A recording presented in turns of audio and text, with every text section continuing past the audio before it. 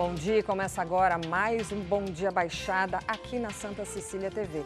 E hoje recebemos em nossos estúdios o deputado estadual Paulo Corrêa Júnior e o advogado e empresário Rogério Conde.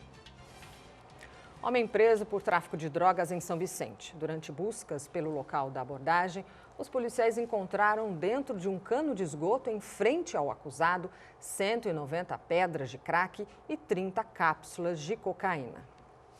Dupla é presa em flagrante por assalto a ônibus em Cubatão. Os criminosos foram presos pela Polícia Militar perto do Parque Cotiapará, com parte dos objetos roubados no coletivo.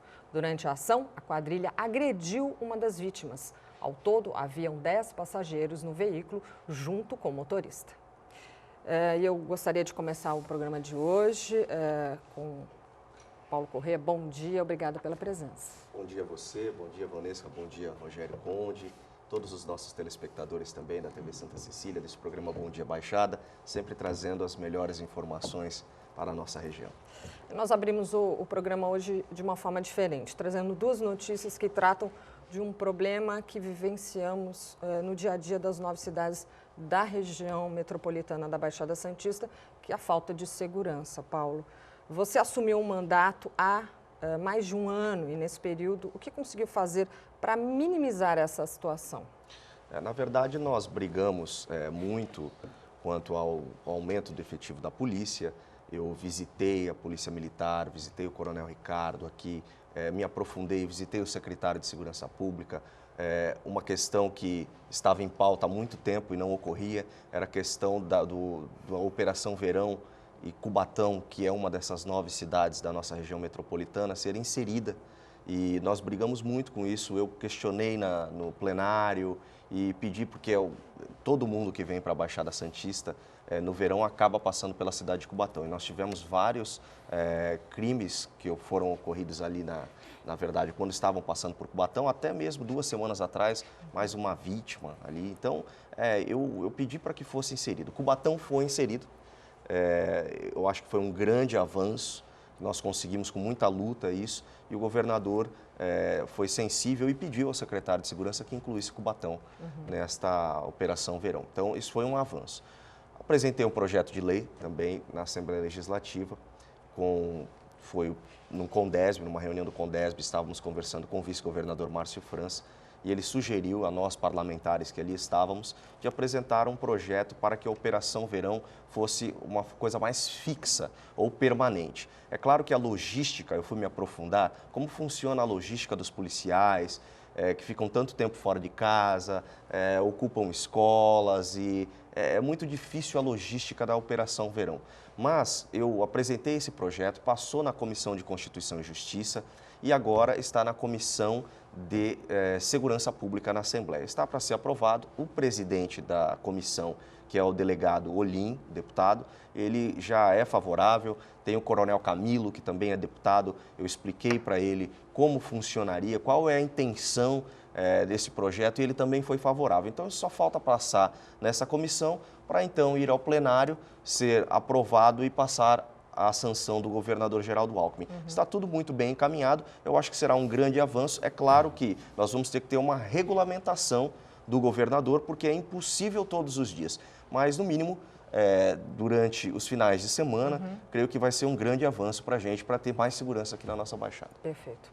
Rogério, bom dia. Obrigada mais uma vez pela presença. Você, como um advogado, você acha que a legislação brasileira é muito branda com quem comete atos criminosos? Bom dia, Vanessa, bom dia, deputado Paulo Corrêa, todo o sistema Santa Cecília de Comunicação e principalmente você, telespectador, que está em casa nos assistindo. A questão da legislação, a gente pode até discutir agora, eu só queria fazer uma colocação em cima, inclusive, do assunto que o Paulo estava discorrendo, porque, infelizmente, essas duas notícias, a gente iniciar o dia com essas duas notícias é muito desagradável. Mas eu penso também que nós precisamos não só pensar na questão da Polícia Militar, da forma como ela trabalha e tudo, e acredito que essas iniciativas do deputado são muito corretas e coerentes dentro da relação que nós estamos vivendo hoje na nossa realidade. Agora, o problema é a falta de emprego. Eu acho que esses são crimes, principalmente o tráfico e tudo isso, cometido por jovens, principalmente, é a falta de emprego.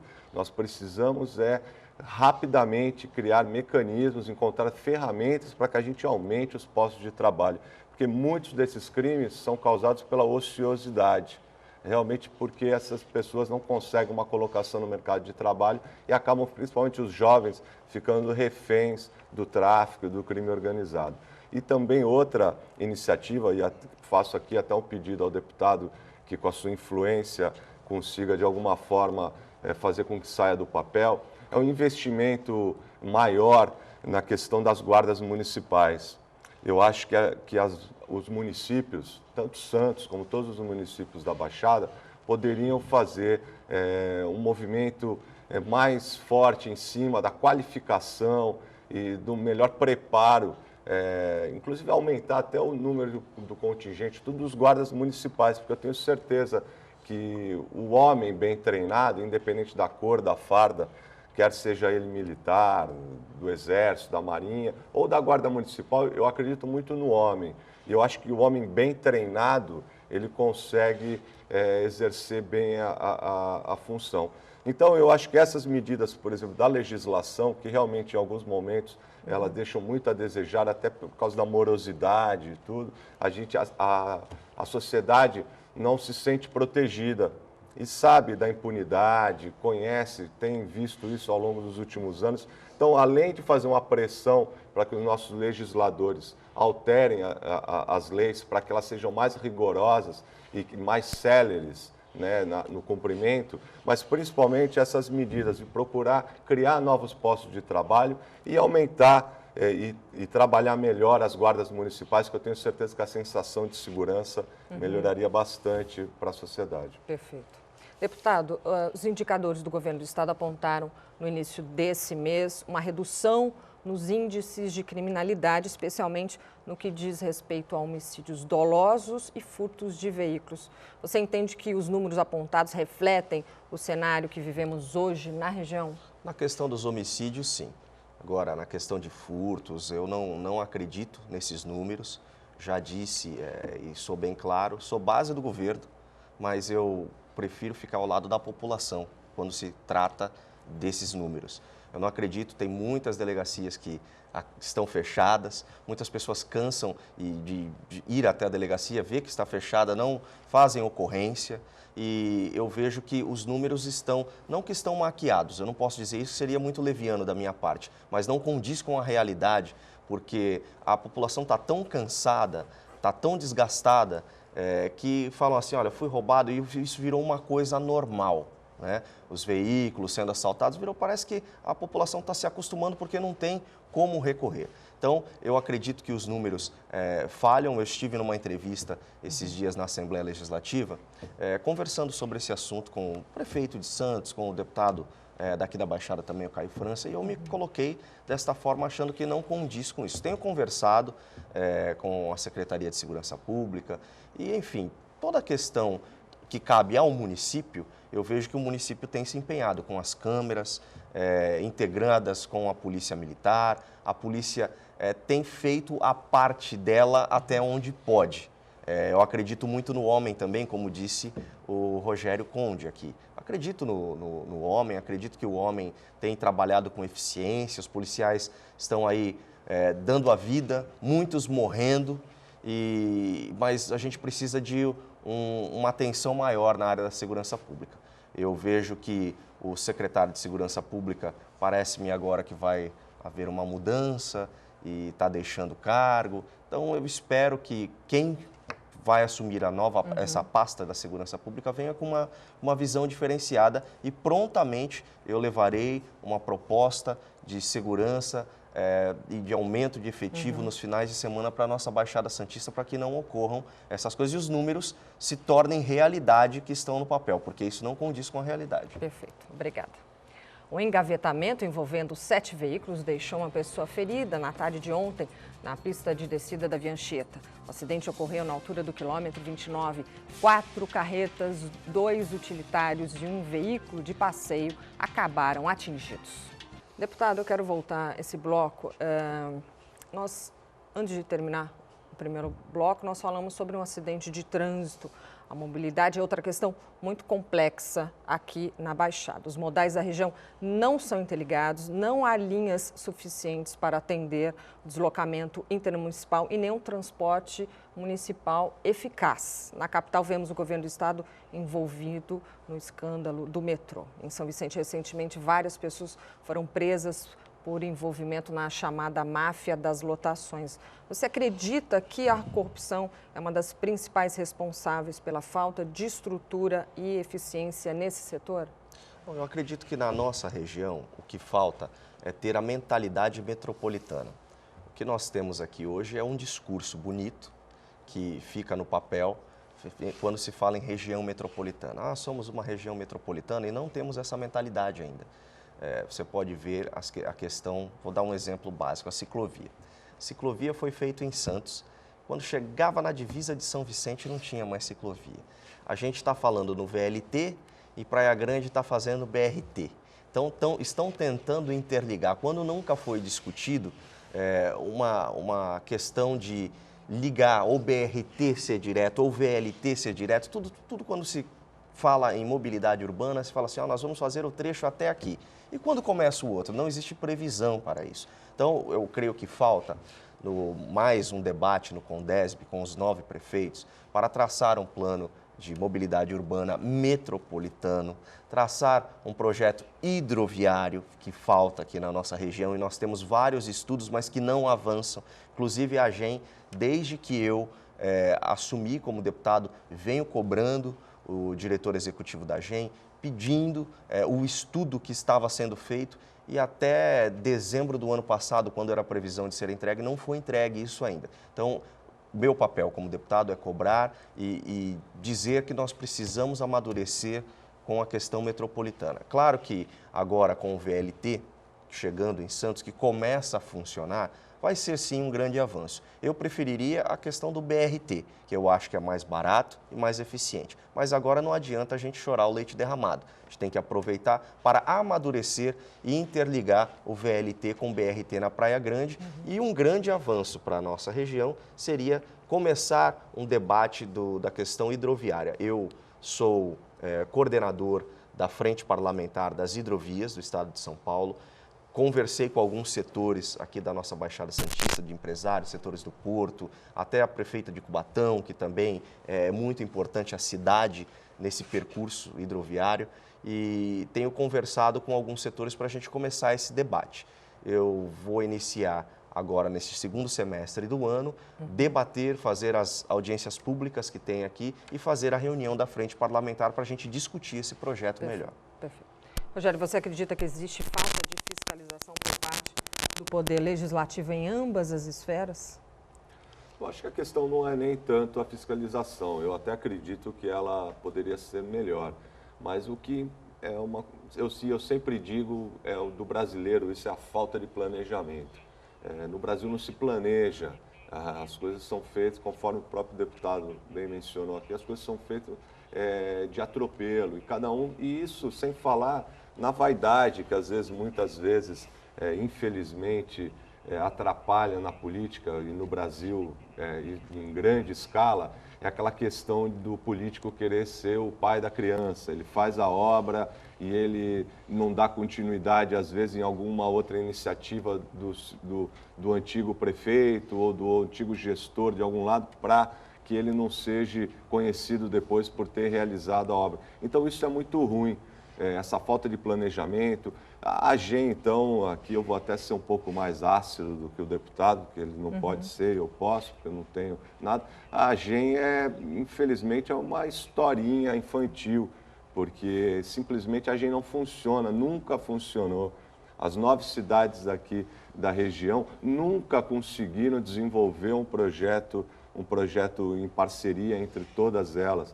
Então, você não tem uma continuidade. Para você ter uma ideia de um modelo que dá muito certo, Maringá. A cidade de Maringá tem uma associação comercial muito atuante, que envolve todo o empresariado da cidade, toda a sociedade civil organizada, faz parte da Associação Comercial de Maringá. Lá, eles fazem um projeto, projetam a cidade para os próximos 10, 15, 20 anos, E todos os políticos que eventualmente se interessem em ocupar a cadeira de prefeito em Maringá, ele é obrigado a assinar um documento se comprometendo a executar os projetos que vêm sendo elaborados pela cidade. Então, isso é muito importante, você dar essa continuidade. E nós não vemos isso aqui.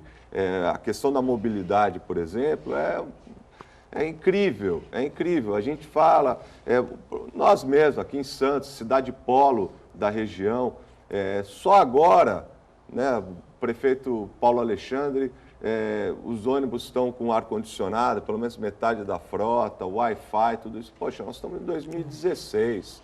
Isso já poderia estar há muito mais tempo acontecendo. A gente precisa dar qualidade para a população. Certo. E o VLT é a mesma coisa.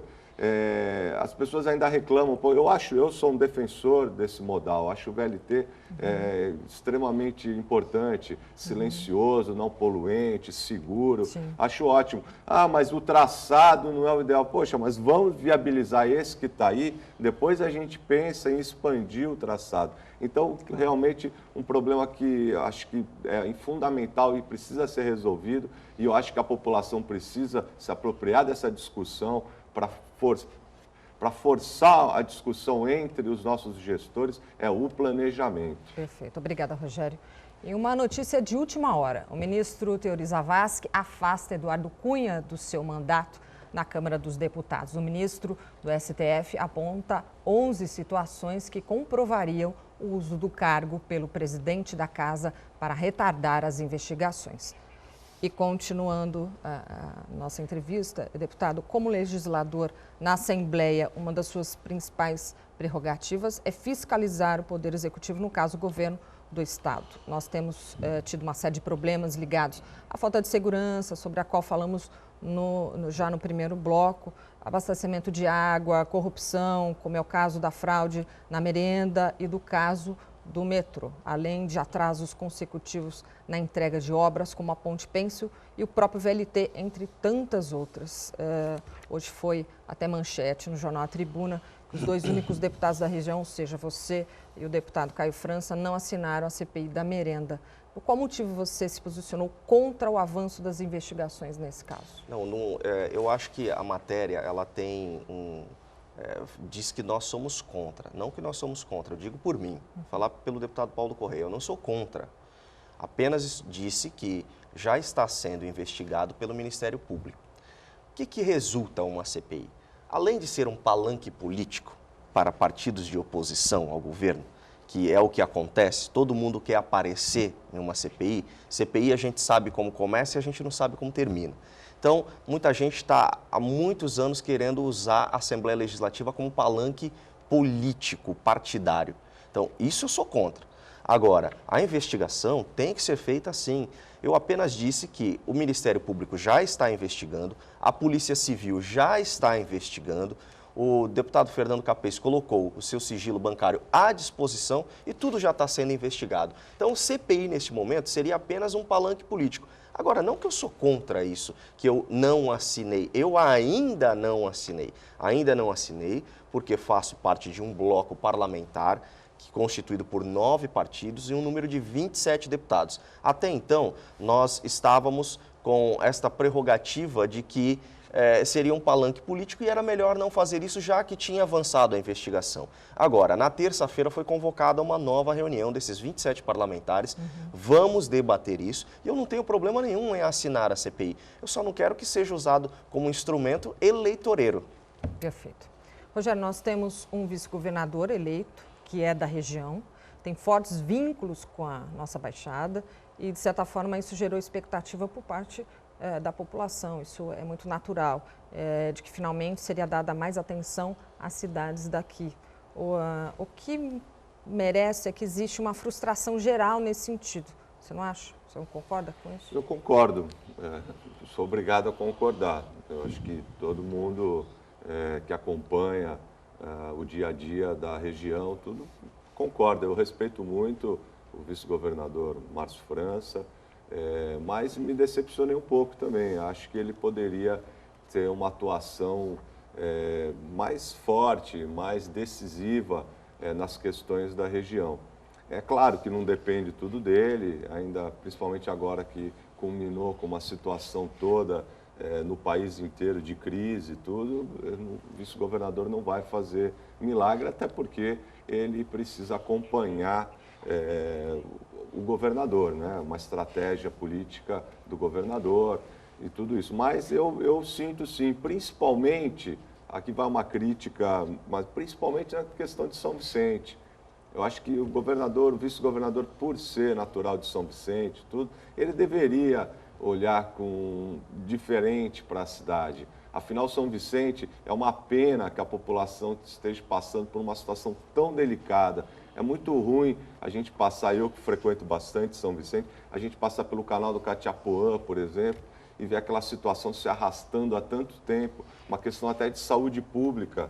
Cada vez que aquele canal enche, a água suja, contaminada, leptospirose, tudo isso, aquela população que é muito grande, uma parcela significativa da cidade que fica ao entorno do canal do Catiapuã, fica naquela situação. Então, a questão do centro de convenções abandonado, a criminalidade muito forte. Então, eu acho que se a dificuldade é para a região, eu acredito que seja mesmo, é fácil a gente falar quando está de fora a complexidade que é você gerir toda uma situação dessa, você ser um gestor público no Brasil e no momento atual. Mas São Vicente, pelo menos, apesar de ser santista, mas eu acredito que as nossas cidades aqui sejam todas irmãs, ainda mais São Vicente praticamente é vizinha, ela não tem uma...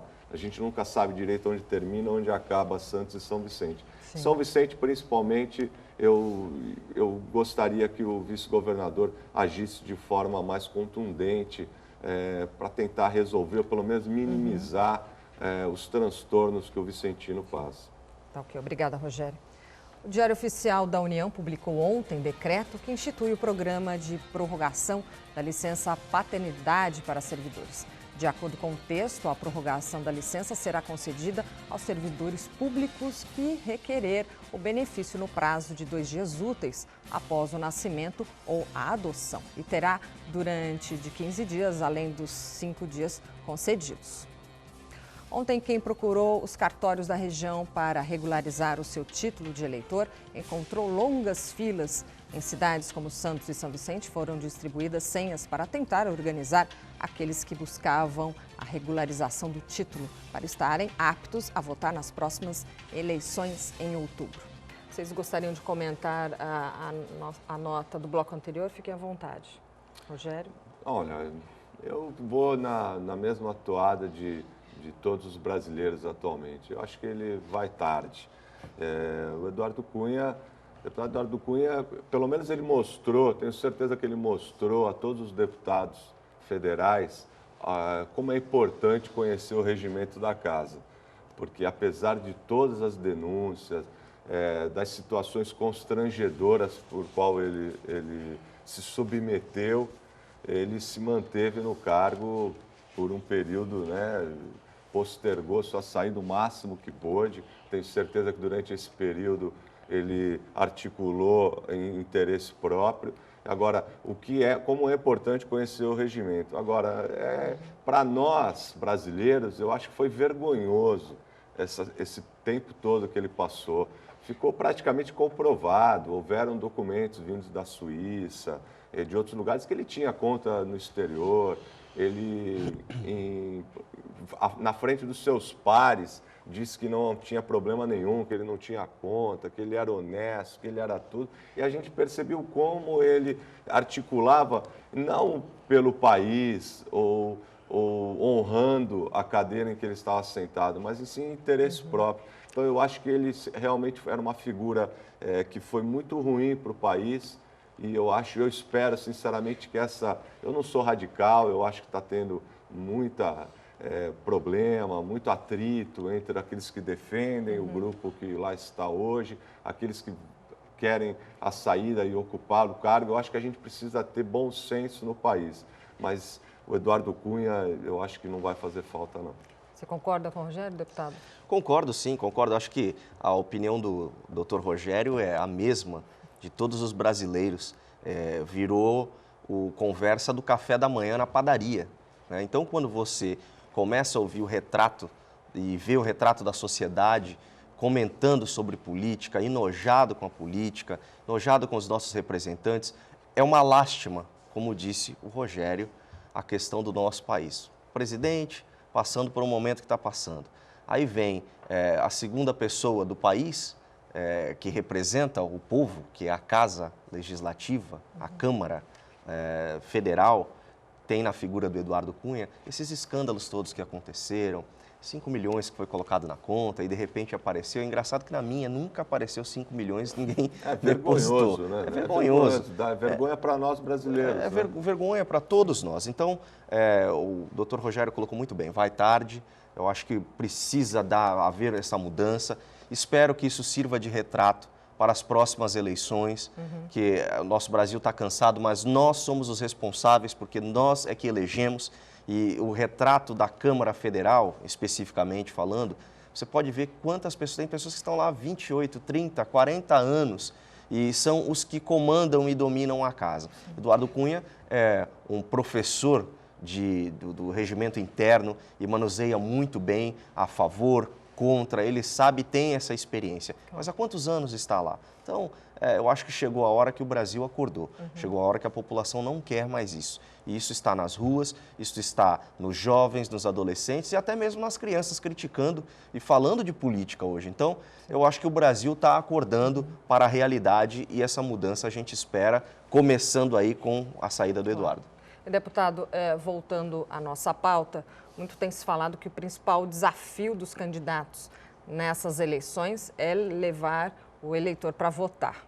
O que você espera nesse pleito? Você acredita que teremos um nível de abstenção muito alto? Acredito, sim. Acredito que a abstenção vai ser altíssima, mas acredito que o que a população está procurando é um perfil do candidato com credibilidade.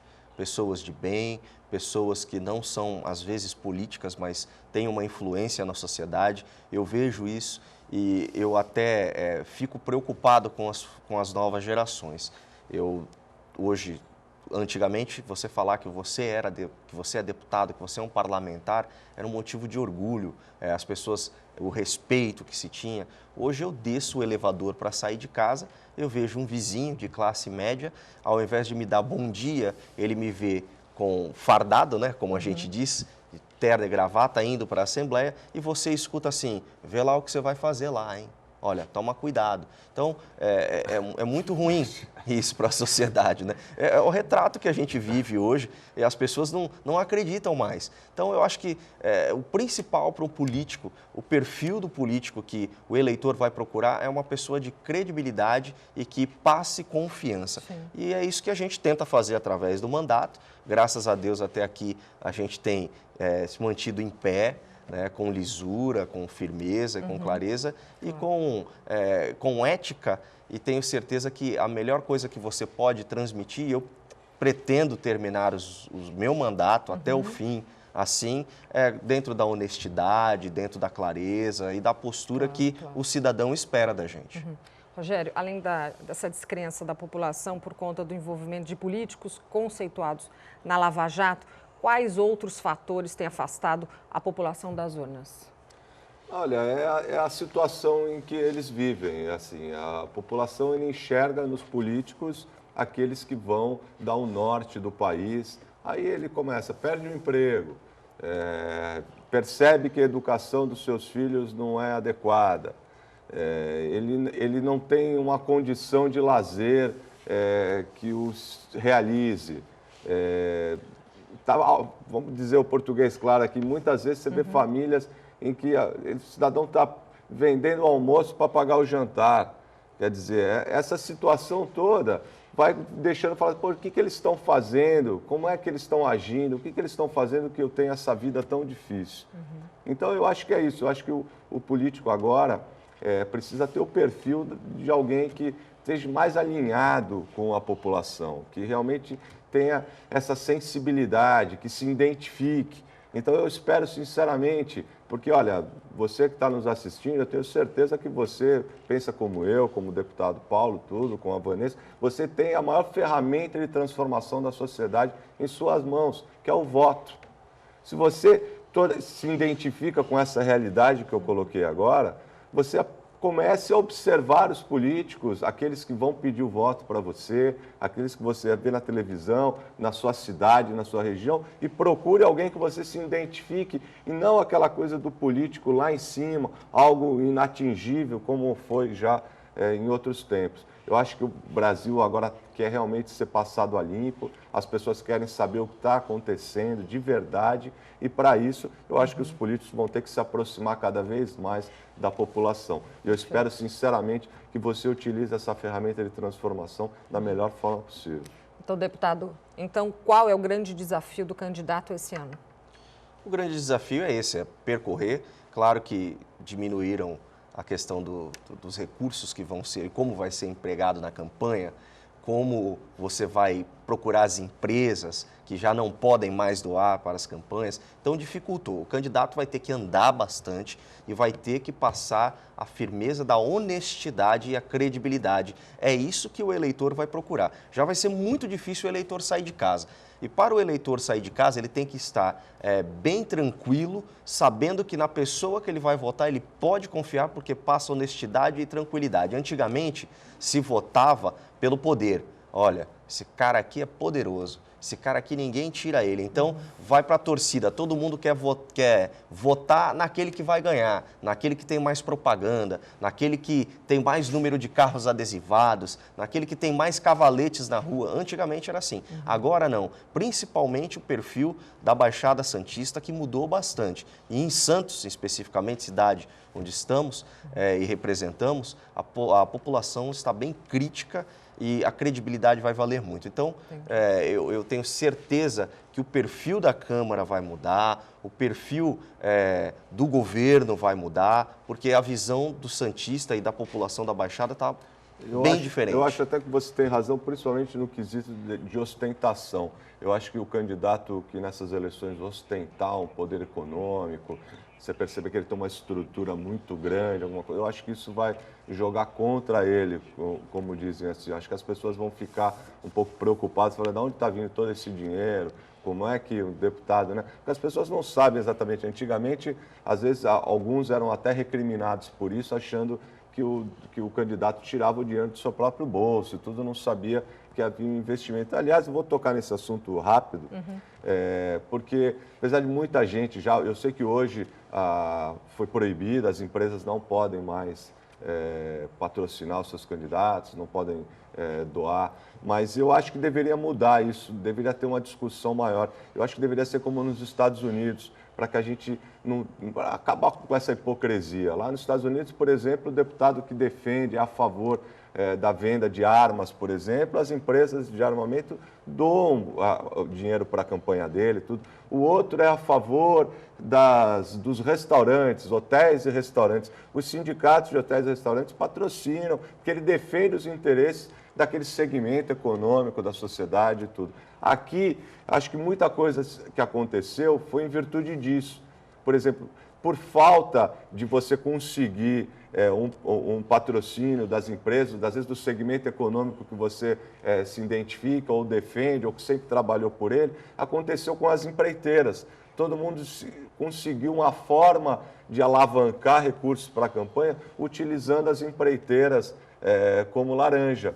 E se cada um tivesse uma postura mais firme, defendendo realmente os seus interesses de forma clara, eu acho que teria evitado muito dessa situação que nós estamos vivendo hoje. Rogério, um exemplo rapidinho disso, que a gente já vai para um exemplo disso Claro. você pega a prestação de contas dos candidatos, eu fui o que menos gastei. Me elegi, teve gente que teve a média de voz para ser eleito deputado e gastou 3 vezes mais que eu na declaração que foi apresentada ao TRE. Então, não é isso que faz. Eu acredito que as pessoas estão começando a mudar e vão mudar a partir dessa eleição. Tomara. Tá ótimo, obrigada. Cai o número de pessoas com planos de saúde no país. Pelo menos 1.330.000 pessoas cancelaram o plano de saúde no Brasil entre março deste ano e do ano passado. E 52%, ou seja, mais da metade deste total, reside no estado de São Paulo. Os números foram divulgados pelo Instituto de Estudos de Saúde Suplementar e reflete a crise econômica nacional e a desaceleração do mercado. Paulo Correia, falando em eleições municipais, em Cubatão comenta-se que você deve apoiar o Fábio Inácio do PT em Santos, a tendência é o apoio à reeleição do prefeito Paulo Alexandre. Você tem uma relação próxima com São Vicente. Na última eleição, você fez a aposta corajosa e foi o único a apoiar a candidatura do prefeito Luiz Cláudio Billy. Hoje a cidade passa por graves e sérios problemas. Você entende que o relacionamento próximo de vocês tem sido importante na sua atuação enquanto parlamentar para auxiliar a cidade? Tentei de várias formas a ajudar a cidade, como mais um deputado pode ajudar através de emendas. Esse é o nosso principal. Eu indiquei nas minhas emendas parlamentares cerca de R$800 mil para São Vicente. O que acontece? São Vicente não consegue receber as emendas parlamentares porque não tem a certidão, está negativado. Então, não consigo ajudar. Tentei intermediar, junto com o prefeito, a negociação do contrato da Sabesp. Fui com o prefeito, fui com um grupo de vereadores, tentei ajudar, mas não houve vamos dizer, o prefeito não arredou o pé, ele achou que queria outra coisa e o presidente da Sabesp queria outra, não avançou e ficou estagnado. Em algumas outras situações eu tentei ajudar como parlamentar de diversas formas a prefeitura e esta ligação com o governo, esta atenção do governo para São Vicente, mas não consegui, não vi muito interesse e sou claro de nenhuma das partes, principalmente o endurecimento do prefeito e não querer procurar também ajuda ou, sei lá, um pouco de humildade, creio que faltou de ambas as partes, né? De uma só não. Então, eu vejo que a gente tem tentado fazer os nossos projetos, como o projeto do pedágio ali da área continental, para que o munícipe não pague, que mora ali na área continental de São Vicente, como já acontece na cidade de Jaguariúna, o munícipe que tem a placa do município não tem necessidade de pagar aquele pedágio da área continental do Maitá. A gente tem tentado fazer os nossos projetos como deputado para ajudar a cidade. Eu não desisto de São Vicente, eu tenho um compromisso com a cidade de São Vicente, independentemente da questão do relacionamento particular de amizade. Sou amigo do prefeito Billy, gosto do prefeito Billy como pessoa, mas quando a gente trata das pessoas, trata de gestão, é outra coisa. Eu não consegui, por mais que tentei, não consegui ajudar a cidade de São Vicente, não por falta de vontade, mas por falta de gestão. Eu não consegui ajudar. Vou continuar, tem eleição, vem aí uns candidatos a prefeito que vão disputar a eleição e eu vou estar sempre ajudando, quem sabe com emendas parlamentares a partir do próximo mandato do novo prefeito ou prefeita, quem for. Claro. E estou à disposição da cidade, sempre. Tá ótimo. Rogério, você acompanha participativamente da política da região. São Vicente é uma das cidades que tem o cenário mais curioso, porque temos um prefeito que, teoricamente, fazia oposição a um sistema que, na verdade, trouxe de volta e piorado todo esse sistema que representa. O que o munícipe pode esperar no próximo pleito? Bom, eu acho que o munícipe ele é ávido por mudanças, né? Eu acho que isso não só em São Vicente, como em todas as cidades. Assim. Ele quer mudança, são poucas as cidades em que ele está contente com o modelo sendo adotado. Eu acho que Santos é uma delas, por exemplo, a gente percebe que a população aprova a gestão que tem sido feita pelo prefeito Paulo Alexandre. Agora, em São Vicente isso não acontece, em outros municípios também não. Você me pergunta de São Vicente em especial, eu acho que o deputado colocou muito bem. Eu havia, num bloco anterior, comentado sobre, eu acho que um cuidado que o vice-governador deveria ter a mais com a cidade. A gente percebe que esse problema de falta de diálogo e até daquela vaidade que o deputado colocou muito bem, que faltou humildade, eu acho que isso ficou claro para todo mundo, porque acho que quando você faz a política, existe o processo eleitoral e aí existe um acirramento entre as ideias e as posições. A partir do momento que se termina o processo eleitoral, você governa para aqueles que o elegeram, independente de qualquer coisa. Então, eu acho que o prefeito Billy deveria enxergar que ele não é mais adversário político do vice-governador. Ele precisa representar como instituição.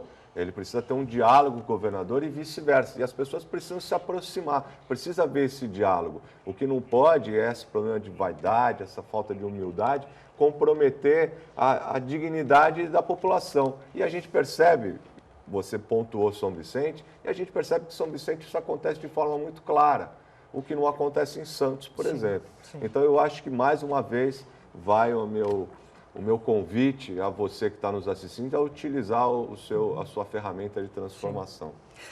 Deputado Paulo, tem gente que dá como certa a retomada do casamento de longa data do prefeito Billy com o grupo do vice-governador Márcio França.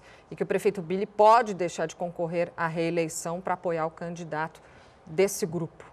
Você está ao lado do Caio França na Assembleia, na Comissão Parlamentar da Baixada Santista, e vocês dois têm estado muito próximos. Isso sinaliza que você deve apoiar a candidatura desse grupo à Prefeitura de São Vicente? O que eu posso dizer é o seguinte: primeiro, o Rogério colocou muito claro aqui, acabou a eleição, nós temos que estar unidos em prol da Baixada Santista. E é isso que eu e o Caio França, sem interesses políticos, temos esta união hoje em prol da Baixada e do Vale do Ribeira.